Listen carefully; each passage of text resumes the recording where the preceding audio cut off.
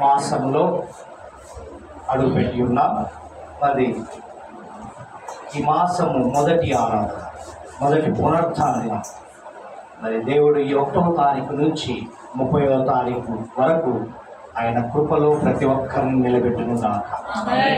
మరి ఈ పునరుత్థాన దినమున దేవుడు ప్రతి ఒక్కరిని నడిపించి ఉన్న విధానానికే దేవునికి వందనాలు తెలియజేద్దాం. మరి ఈ దినము ప్రత్యేకత ఉంది. ప్రతి జీవితంలో, ప్రతి ఒక్కరి జీవితంలో మే నెల గడిచిపోయింది అమ్మయ్య అన్నట్టుగా ఉంది కదా. ఎలా గడిచిపోయిందో తెలియదు. జూన్ మాసంలో అడుగుపెట్టాం. ఈ 30 రోజులు రోజు ఒక ఏముందండి టాస్క్, రోజు ఒక అని మనం అనుకుంటున్నాం. కానీ ఆయన ఉద్దేశము, ఆయన ప్రణాళిక ఒక రోజు గడవడము నీ జీవితంలో ఇచ్చే భాగ్యం. ఒక దినము గడుపుట ఆయన యందున్నటువంటి భయభక్తులు కలిగిన జీవితంతో ఉన్న నీకు, నాకు, మనకు ఆయన ఇచ్చే వరం. దేవునికి మహిమ కలుగును గాక. ఈ సమయంలో దేవుడు ఈ దినము మరి యవనస్తులు ఉన్నారు మన మధ్యలో. 50 సంవత్సరములు సుదీర్ఘ ప్రయాణంలో మరి దేవుని అడుగుజాడల్లో నడిచినటువంటి యవనస్తులు ఉన్నారు. వారి పండుగ వాతావరణం మనకు కనబడుతుంది కదా. ఏంటి డెకరేషన్ ఇదంతా ఏంటి? జూన్ 1వ తారీఖున అనుకుంటున్నారా? ఈ పండుగ దీని వెనక ఒక చరిత్ర ఉంది. అదేవిధంగా ఒకే కుటుంబంలో మరి పుట్టినరోజు వేడుక ఉంది. మరి ఇంకా పుట్టినరోజులు చాలా ఉన్నాయి. ఇవన్నీ ఒక ఎత్తు అయితే, మన జీవితంలో దేవుడు చేసిన ఉపకారాలు ఒక ఎత్తు. దేవునికి మహిమ కలుగును గాక. ఈ పునరుత్థాన శుభాభివందనములు దేవుని పక్షమున మరియు కుటుంబ పక్షమున మీ అందరికి తెలియపరుస్తున్నాను. ప్రియమైన దేవుని బిడ్డలారా, పరిశుద్ధ గ్రంథములో భక్తుడు దేవునితో నడిచినటువంటి వ్యక్తి దేవునితో ఆయా పనులు, ఆయా కార్యక్రమంలో, ఆయా సన్నివేశాల్లో తరచుగా నిత్యము వాడబడినటువంటి వ్యక్తి వ్రాస్తున్న సాక్ష్యాన్ని మనం విన్నాం. యోహాను గారు, భక్తుడు యోహాను గారు, యోహాను రాసిన మొదటి పత్రిక 5వ వచనాన్ని చూసుకుందాం. మొదటి యోహాను రాసిన పత్రిక, చూడండి, మేము ఆయన వలన విని మీకు ప్రకటించు వర్తమానమేమనగా దేవుడు వెలుగై ఉన్నాడు, ఆయన యందు చీకటి ఎంత మాత్రమును. హల్లెలూయా. విన్నది విన్నట్టుగా, చూసింది చూసినట్టుగా, నడిచిన క్రమములో సాక్షిగా నిలబడినటువంటి వ్యక్తి వ్రాస్తున్నటువంటి మాట ఈ దిన వర్తమానము మనకు అందించబోతున్నటువంటి మాట ఏంటంటే, ఇక్కడ గమనించండి ప్రియమైన దేవుని సంగమా, మేము ఆయన వలన వినిన సంగతి మీకు ప్రకటించుచున్నాము. చూసారా? ప్రకటించు వర్తమానమేమనగా దేవుడు వెలుగై ఉన్నాడు. ఈ దినాంశము ప్రియమైన దేవుని సంగమా, దేవుడు ఏమై ఉన్నాడు? దేవుడు ఏమై ఉన్నాడు? ఈ దినం అది తెలుసుకోవాలి మనం. ఈ దినాంశము దేవుడు ఏమై ఉన్నాడు? Question mark.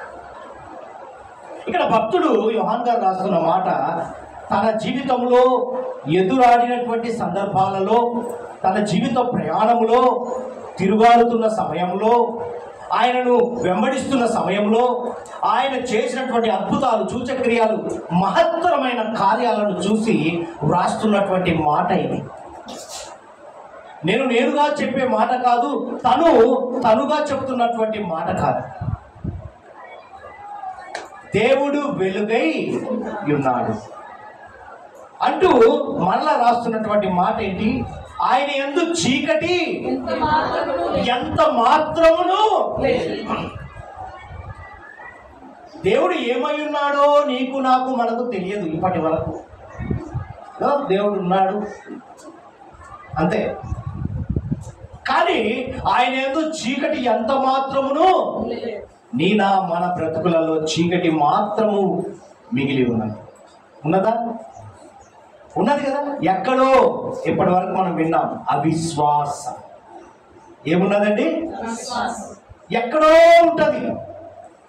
నడుస్తున్న క్రమములో, నువ్వు జీవిస్తున్న విధానంలో, నీ జీవిత ప్రయాణములో ఎక్కడో ఒక తొలిచి వేస్తున్నట్టుగా కనబడుతుంది. కనబడుతుందా? విశ్వాసంతో నమ్మకంతో నడుస్తూనే ఉంటావు, కానీ ఎక్కడో ఒక అవిశ్వాసాన్ని మరుగున పెడుతూ ఉంటావు. అందుకే ఈ దినం దేవుడు అడుగుతున్న మాట ఏంటంటే, భక్తుల ద్వారా తెలియపరుస్తున్న మాట, దేవుడు ఏమై ఉన్నాడు? ఏమై ఉన్నాడండి? మాటకు మాత్రమే చెప్పగలం, నోటితో చెప్పగలము, క్రియ ద్వారా చెప్పగలుగుతున్నావా ఈ దినం? నీ నామ జీవితంలో క్రియ ద్వారా జరిగిన సంఘటనను చెప్పగలుగుతావా? ఒక సాక్షిగా, యోహాను భక్తుడు చెప్పిన సాక్షిగా నీవు చెప్పగలవా అంటున్నాడు. అందుకే అదే యోహాను గారు యోహాను సువార్తలో వ్రాయబడిన మాట చూడండి. 8వ అధ్యాయంలోకి వెళ్దాం. యోహాను సువార్త 8వ అధ్యాయంలో వ్రాయబడిన మాట చూద్దాము. 8వ అధ్యాయము 12వ వచనాన్ని ఒకసారి చదువు. హల్లెలూయా. యేసు అంటున్నాడు, నేను లోకమునకు వెలుగును, నన్ను వెంబడించువాడు చీకటిలో నడవక జీవపు వెలుగు కలిగి ఉండునని. హల్లెలూయా. ఏమై ఉన్నాడంట? ఏమని అడుగుతున్నాడు ఇక్కడ? నేను లోకమునకు వెలుగును. హల్లెలూయా. ఒక్క క్షణము కరెంటు పోయినా, చీకటి కమ్మినా, అయ్యో కరెంటు పోయింది, కరెంటు పోయింది, కరెంటు పోయింది, చీకటి చీకటి చీకటి, ఒక క్షణము తట్టుకోలేము కదా. అరక్షణం కూడా అది ఇది అని ప్రాకులాడుతూ ఆ లైట్ ఈ లైట్ ఎమర్జెన్సీ. ఇప్పుడంటే ఈ మొబైల్ ఫోన్స్ వచ్చాయి. అప్పట్లో ల్యాంతర్స్, అప్పుడు కిరోసిన్ బుడ్డి, తైల బుడ్డి, పెద్దవాళ్ళందరినీ తెలుసు. ఆ క్షణంలో అగ్గిపెట్ట దొరకదు, ఆ క్షణంలో ఎక్కడుందో తెలియదు, అక్కడ ఉంటుంది ఇక్కడ ఉంటుంది అనే ప్రాకులాడే పనిలో ఉంటాం. అందుకే దేవుడు ఏమంటున్నాడు ఇక్కడ, ఎంత చక్కగా అంటాడంటే, మరలా యేసు నేను లోకమునకు వెలుగును, నన్ను వెంబడించువాడు చీకటిలో నడవక జీవపు వెలుగు కలిగి ఉన్నాడని. హల్లెలూయా. ఆయన్ను వెంబడించే వారు ఎలా ఉండాలి? ప్రకాశమైన వెలుగు కలిగి జీవించేవారుగా ఉండాలి. ఆయన వెంబడిస్తున్నాడండి, ఆయన నాతోనే ఉన్నాడు, నేను తెరవబడిన హృదయంతో వచ్చి ఉన్నాను, ఇదిగో నేను తలుపు యొద్ద తెరిచామండి. కానీ ఎక్కడో ఒక చోట అవిశ్వాసంతో నీ తలుపు అరామరగా ఉంది, ఓపెన్గా లేదు. అందుకే నన్ను వెంబడించువారు చీకటిలో నడవక జీవపు వెలుగు కలిగి యుండునని ఎవరితో చెప్పాడు? వారితో కాదు, మనతో చెబుతున్నాడు, ఈ సంఘముతో చెబుతున్నాడు, ఈ సమయంలో చెబుతున్న మాట. ఆయనతో నడుస్తున్న క్రమంలో, ఆయనతో జీవిస్తున్న క్రమంలో, ఆయన నీతో మమేకంగా జీవిస్తున్న క్రమంలో నీవు ఎందుకు నిరుత్సాహంతో ఉంటున్నావు? ఇది నేను అడుగుతున్నాను.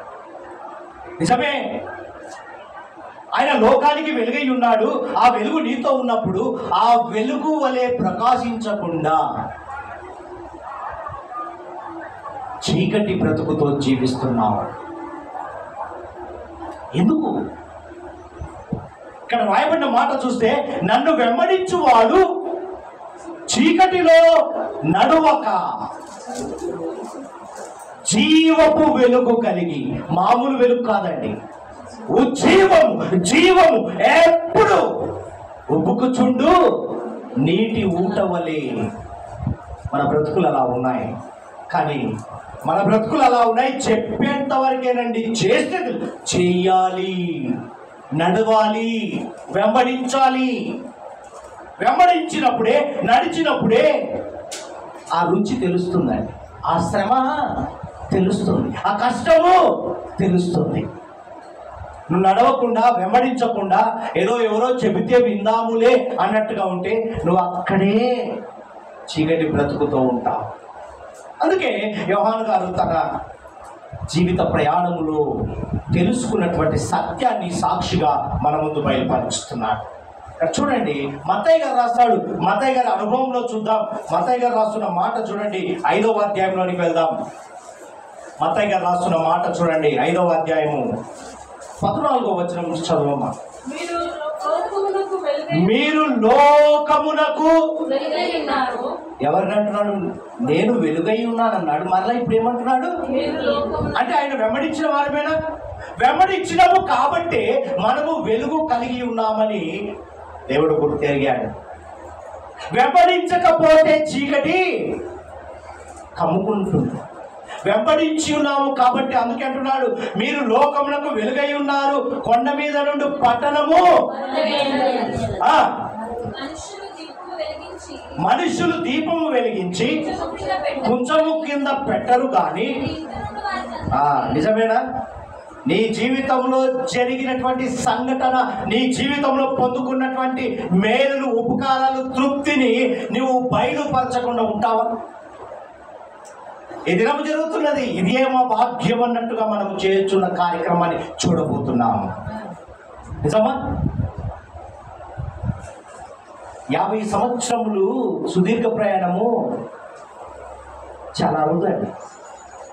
అందుకే ఇక్కడ వ్రాయబడిన మాట చూడండి, మనుషులు దీపం వెలిగించి కుంచము క్రింద పెట్టరు కానీ అది ఇంట నుండి వారందరికీ వెలుగించుటకై దీపస్తంభం మీదనే వెలుగు వెలగాలి. నీ జీవితంలో ఆయన వెంబడించిన ప్రకాశం, వెలుగు ఇతరులకు కనపడాలని నువ్వేం చేస్తావు? ఫోకస్ చేస్తావు. చేస్తావా? చేయవా? మనం ఏం చేస్తాం? వెలుగును తీసి ఇక్కడ పెడతామా? ఎడ పెడతాం? ఎత్తులో కనబడేట్టుగా పెడతాం. దేవునికి మహిమ కలుగును గాక.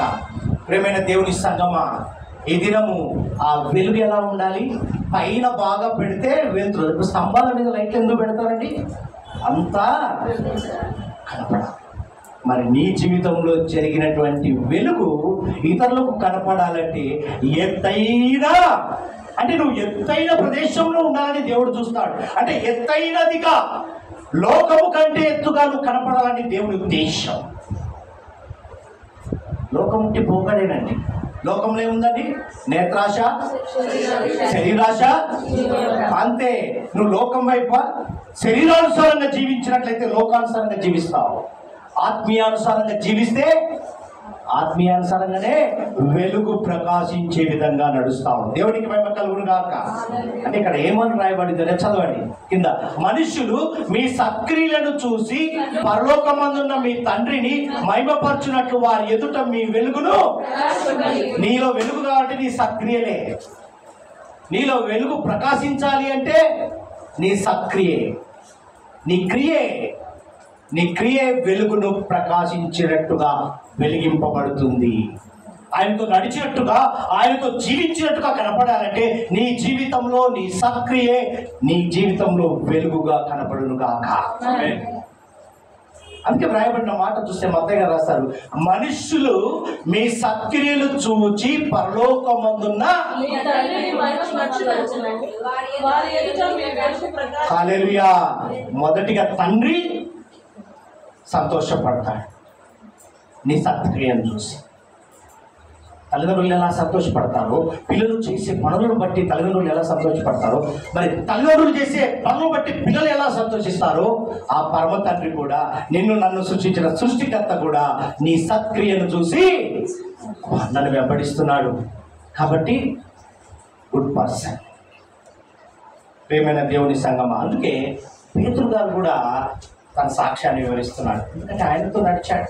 చూడండి, మొదటి పేతురు రాయబడిన మాట, పేతురు రాస్తున్నటువంటి మొదటి పత్రికలో చూడండి 2వ అధ్యాయం 9వ వచనంలో చూస్తే, అయితే హల్లెలూయా, అయితే మీరు చీకటిలో నుండి ఆశ్చర్యకరమైన తన వెలుగులోనికి మిమ్మును పిలిచిన వారి గుణాతిశయములను ప్రచురము చేయు నిమిత్తము ఏర్పరచబడిన.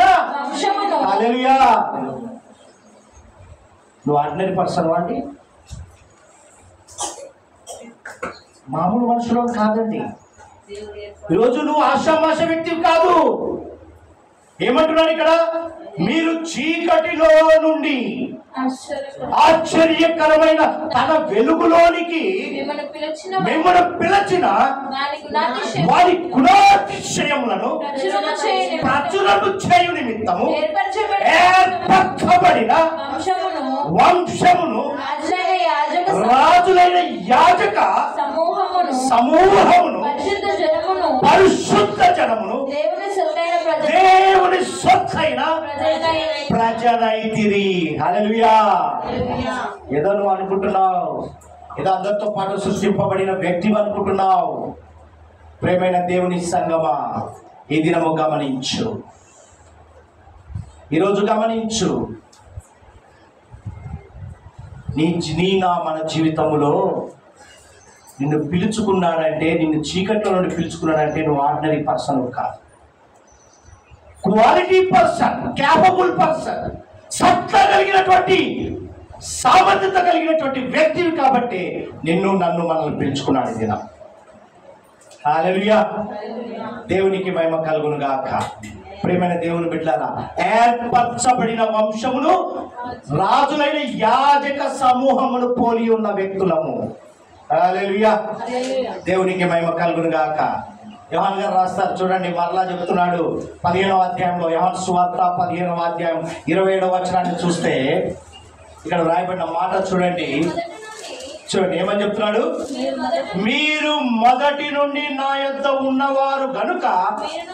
ఎవరిని? యోహానును, పేతురును. ఏమంటున్నాడు? మీరు నాతో ట్రావెల్ చేశారు కాబట్టి నా గురించి మీకు తెలుసు, అంతే కదా. ఒక వ్యక్తితో మనం ట్రావెల్ చేస్తేనే ఆ వ్యక్తి యొక్క స్వభావము, గుణగణాంకాలేంటో తెలుసుకోగలం. ట్రావెల్ చేయకపోతే మనకి ఏం తెలుస్తుందండి? ఆ వ్యక్తి స్వభావము, పైన పటారం లోన మేడిపండు చూడు, అలాంటి జీవితాలు కనపడతాయి. ప్రియమైన దేవుని సంగమా, ఈ దినము గమనించండి.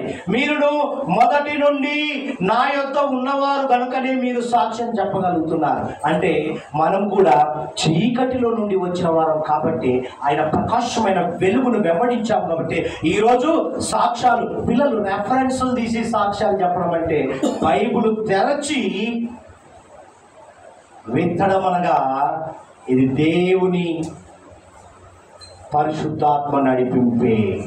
హల్లెలూయా. ఎందుకు? వెంబడించుచున్నారు కాబట్టి. లోకాన్ని వెంబడిస్తున్నారా? లోకం వెంబడించే మాట అయితే సాక్ష్యాలు చెప్పడము నాకు భయం, నాకు సిగ్గు, అంతేనా? దేవునికి మహిమ కలుగును గాక. అందుకే మొదటి యోహానులోనికి వెళ్ళమ్మా. ఈ దినము దేవుడు మాట్లాడుతున్న మాటలను గమనించండి. యోహాను గారు రాస్తున్న మాటలను గమనిద్దాం. ఆయన తన జీవితంలో ఎదుర్కొన్నటువంటి సమస్యలే కానీ, సాక్ష్యాలే కానీ మన ముందు ఈ దినము పెట్టి ఉన్నాడు. 4వ అధ్యాయం 21వ వచనం, 4వ అధ్యాయం 8వ వచనం చూడమ్మా. హల్లెలూయా. దేవుడు ప్రేమ స్వరూపి, ప్రేమ లేనివాడు సింపుల్.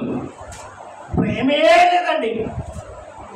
మేము ఎంత చూపించినా అక్కడ రాయబడిన మాట ఏంటంటే దేవుడు ప్రేమై ఉన్నాడు. ఆయన ప్రేమ ఉన్నది కాబట్టి నీవు నేను కలవగలుగుతున్నాం, చేయగలుగుతున్నాం, కలుసుకోగలుగుతున్నాం, ఆయన ప్రేమ ఏంటి అనగా ఏంటంటే అది నిన్ను వలే ఆయన ప్రేమే. నవ్వడమే, అరా మర నవ్యావ అవిశ్వాసమే. హార్ట్ఫుల్గా అంటే కడుపులో నుండి రావాలండి. నన్ను ఆరాధిస్తున్నారు. ఏం ఆరాధిస్తున్నారు? పెదవులతో. అలాంటి ఆరాధన, అలాంటి ప్రేమ నేను చూపించలేను మీ మీద. హల్లెలూయా. దేవునికి మహిమ కలుగును గాక. దేవుడు ఎవరండి? దేవుడు ఏమై ఉన్నాడు? ప్రేమ స్వరూపే ఉన్నాడు. దేవుడు ఏమై ఉన్నాడు? వెలుగై. దేవుడు ఏమై ఉన్నాడు? చీకటి నుండి నేను తీసుకొని వచ్చి వెలుగులో నడిపిస్తున్నానండి. హల్లెలూయా. అదే 4వ అధ్యాయం 21వ వచనం చూడమ్మా. దేవుని ప్రేమించువాడు తన సహోదరుని కూడా ప్రేమింపవలెను అను ఆజ్ఞ మనమాయన వలన. దేవుడు ఏమంటున్నాడు తెలుసా ఇక్కడ? నా ఆజ్ఞలను అంగీకరించి వాడిని గైకొని వాడే నన్ను ప్రేమించువాడు. ఆయన ఆజ్ఞ ఏమంటున్నాడు? నిన్ను వలే. అదేనండి, నన్ను వెంబడిస్తే ఆ ప్రేమ మీకు. నన్ను వెంబడించకపోతే మొఖాలు తిప్పుకుంటాను, కుర్చీ కూర్చుంటే కుర్చీ జరిపి పక్కకు పెడతాను. నచ్చకపోతే నాకు నచ్చలేదు, అది అక్కర్లేదు. ఎందుకు నువ్వు అంటే ఇంకా చీకటిలోనే. నీకు నచ్చితే పక్క శత్రువునైనా ప్రేమించు, మిత్రుడిగా చేస్తూ. అది ఏంటో తెలుసు ఎక్కడి నుంచి వస్తుంది? ఆయన ప్రేమ. ఆయన ఏమై ఉన్నాడో నీకు తెలిస్తే. దేవుడు అండి 3వ దినం లేచాడు, నా కొరకు వచ్చినా అందరి కొరకు వచ్చి అనుకున్నావా అక్కడే ఉంటాం. దేవునికి మహిమ కలుగును గాక.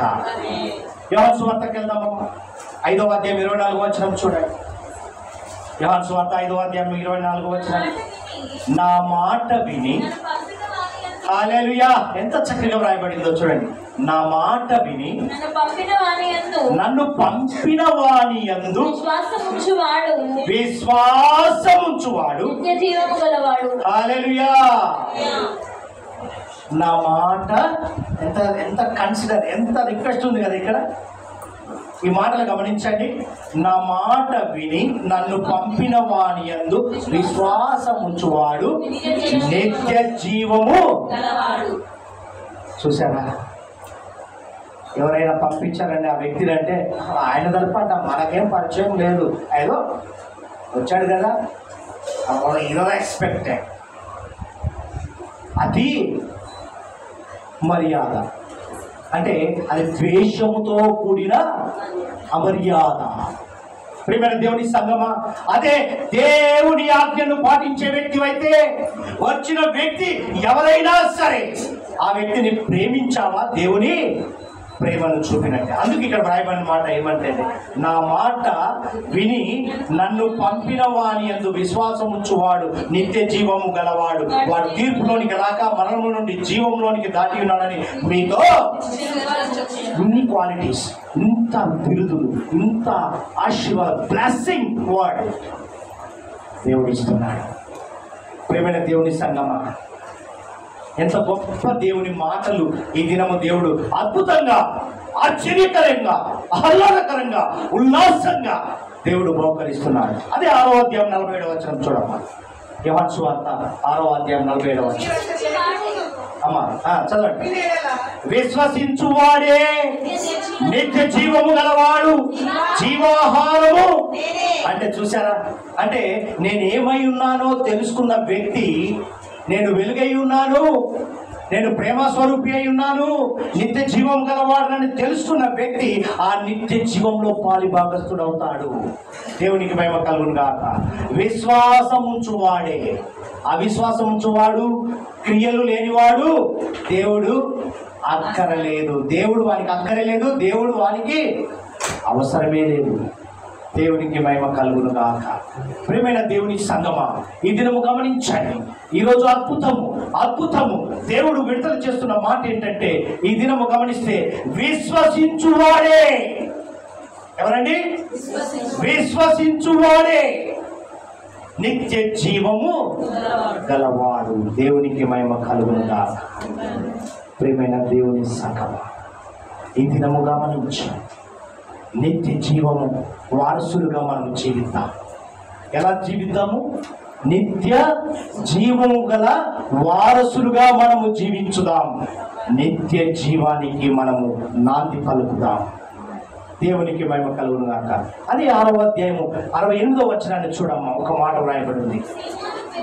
సీమోను పేతురు, ప్రభువా, హల్లెలూయా, ఎవని యొద్దకు వెలుదుము? క్వశ్చన్ మార్క్ కనపడుతుందా? నీవే నిత్య జీవపు మాటలు గలవాడు, నీవే దేవుని పరిశుద్ధుడు అని మేము విశ్వసించి ఎరిగి ఉన్నామని ఆయనతో. ఎందుకు ఈ సందర్భం వచ్చింది? పైన చూడండి రాయబడిన మాట.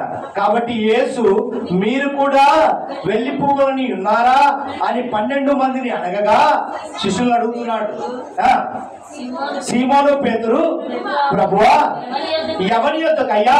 ఇప్పటి వరకు మీతో నడిచామే, ఇప్పటి వరకు మీతో జీవించామే, ఇప్పటి వరకు మీరు పడుతున్న శ్రమల్లో పాలుభాగస్తులుగా ఉన్నామే, మరి మేము మమ్మల్ని కూడా వెళ్ళమంటావయ్యా? మీ ఇష్టం నాయన, ఇప్పటి వరకు వెంబడించారేమో, మీకు ఒకవేళ ఇష్టం ఉందో ఇష్టం ఉందో వెళ్ళాలనుకుంటే వెళ్ళండి అంటున్నాడు. అయ్యా మేమెక్కడికి వెళుదాము? నీవే నిత్య జీవపు మాటలు గలవాడవు. హల్లెలూయా. ఆయనలో ఏముంది? నిత్య అవునంటే అవును, కాదంటే కాదు. ఆయన మాట సత్యము. మాట ఇచ్చి నెరవేర్చే గొప్ప దేవుడు. వాగ్దానం ఇచ్చి వాగ్దానాన్ని నెరవేర్చే వాగ్దాన పుత్రుడు, కారణ జన్ముడు. అటువంటి వ్యక్తిని వదిలిపెట్టి తిరుగుతామండి? నెవర్. నేను వెళ్ళమంటున్నాడు. ప్రియమైన దేవుని సంగమా, విశ్వాసముంచువాడే నిత్య జీవము గలవాడు. విశ్వసించువాడే. విశ్వాసం లేదో అవిశ్వాసంతో సక్రియం లేని జీవితంతో ఉంటే ఆయన వెంబడించలేవు. ఆ ప్రకాశమైన వెలుగు నీకు ప్రకాశించదు. ఆ చీకటిలోనే మగ్గిపోతావు. దేవునికి మహిమ కలుగును గాక. నిత్య జీవపు మాటలు గలవాడిని మనం వెంబడిస్తున్నాం. దేవుడు ఏమై ఉన్నాడు? నిత్య జీవపు మాటలు గలవాడుగా మన ముందు సాక్షిగా నిలబడి ఉన్నాడు. అయితే ద్వితీయోపదేశ కాండంలో చక్కని మాట రాస్తాడు చూడండి. 5వ అధ్యాయం 26వ వచనంలో ద్వితీయోపదేశ కాండానికి వెళ్దాం. చక్కని మాట వ్రాయబడిన మాట చూడండి. 5వ అధ్యాయం 26వ వచనం చదవండి. హల్లెలూయా. మరి ఎవడు సజీవుడైన దేవుని స్వరము అగ్ని మధ్య నుండి పలుకుట విని బ్రతికెను. హల్లెలూయా. మా వలె సమస్త శరీరంలో మరి ఎవడు సజీవుడైన దేవుని స్వరమును అగ్ని మధ్య నుండి పలుకుట విని బ్రతికెను. ఇశ్రాయేలు ప్రజలు జర్నీలో, ఇశ్రాయేలు ప్రజలు మరి వారు ఆలకించి పొందుకున్న విధానాన్ని గమనిస్తే ఇక్కడ గమనించండి. సజీవుడైన దేవుని స్వరము వినేవారిగా, కనిపెట్టుకునేవారిగా, గైకొనేవారిగా ఉండాలి. వారు గైకొన్నారు, ఆ స్వరాన్ని గైకొన్నారు, విన్నారు కాబట్టి వారు బ్రతికగలిగారు. అవునా? నువ్వు ఆ చీకటిలో కూర్చున్న వ్యక్తివే కావచ్చు, ఒక్కసారి అయిన స్వరం వినపడ్డదా నీ జీవితం ప్రకాశమే. ఎప్పుడు? ఆ విని వెంబడించిన. విన్నావా? ఆ విన్నాములే. బుద్ధి గల కన్యకలు బుద్ధి లేని. ఎందుకు వచ్చింది ఆ మాట? మంచి వాళ్ళే వాళ్ళు కూడా. ఇంకొంచెం 5 నిమిషాలు. ఇక్కడ నా పిల్లలందరికీ తెలుసు, మమ్మీ ఒక్క 2 నిమిషాలు. ఆ 2 నిమిషాల ఆనందమే వేరు కదా. అప్పుడే నిద్ర పడుతుంది. జీవితాన్ని నెమరు వేసుకోవాలి. ఈ దినము జీవితాన్ని నెమరు వేసుకుందాం. మనం నిర్లక్ష్యం, సక్రియం లేని జీవితం, ప్రేమ లేని జీవితం, వెంబడించే విధానంలో నిర్లక్ష్యం కలిగి జీవిస్తున్నాం. అందుకే దేవుడు ఏమై ఉన్నాడో తెలియపరిచాడు భక్తుల ద్వారా. మామూలు భక్తులు కాదండి, నడిచిన సాక్షాత్తు నడిచిన వ్యక్తులే సాక్ష్యాన్ని పలికారు. దేవునికి మహిమ కలుగును గాక. సజీవుడైన దేవుని స్వరాన్ని కనుగొనేవారిగా ఉండాలి. ఇంకో మాట చూడము, అదే 6వ అధ్యాయం 15వ వచనంలో ద్వితీయోపదేశ కాండం 6:15లో ఏమనుంది? నీవు 6:15లో నీ మధ్యను నీ దేవుడైన యెహోవా రోషము గల. హల్లెలూయా. దేవుడు కనుక నీ దేవుడైన యెహోవా కోపాగ్ని ఒకవేళ నీ మీద రగులుకొని దేశంలో నుండకుండా నిన్ను నశింప ఆయన ఏమై ఉన్నాడు? ఏదో ఇప్పటి వరకు ప్రేమ ప్రేమ సక్రియ రక్త మాంసం కలిగిన మనుషులమండి. మాకు నువ్వు అన్నట్టే ఆయనకు కూడా రోషము కలిగిన దేవుడు. మాట వినకపోతే నిన్ను వెంబడించమన్నాడు, వెంబడించావు. వెంబడించిన క్రమంలో నువ్వు సరిగా లేవనుకో, రోషము కలిగిన దేవుడు అండి. ఆయనకు కూడా రోషం ఉంది. ప్రేమ చూపిస్తాడు, రోషము కలిగి. మన దేవుడు ఏమై ఉన్నాడు? రోషము కలిగిన దేవుని కలిగి ఉన్నాం. దేవునికి మహిమ కలుగును గాక. అదే 33వ అధ్యాయం 27వ వచనం చూడాలి. మన దేవుడు ఏమై ఉన్నాడో కనపడు. 33:27. శాశ్వతుడైన దేవుడు, నీకు నివాస స్థలము నిత్యముగా నుండు, బాహువులు నీ క్రింద నుండును, ఆయన నీ ఎదుట నుండి శత్రువును వెళ్ళగొట్టి నశింప. ఈ వచనం గమనించండి ప్రియమైన సహోదరి సహోదరులారా, ప్రియమైనటువంటి వారులారా, ఆయన సొత్తైన ప్రజలారా, ఆయన సంగమా, దేవుని సంగమా, ఇక్కడ గమనించండి. శాశ్వతుడైన దేవుడు నీకు నివాస స్థిరమైన పునాది. పిల్లలు వేస్తే కదులుతుందని ఒక 100 years అండి, అది 100 years ఏమో కానీ ఇది నిత్యము. ఇదేంటండి?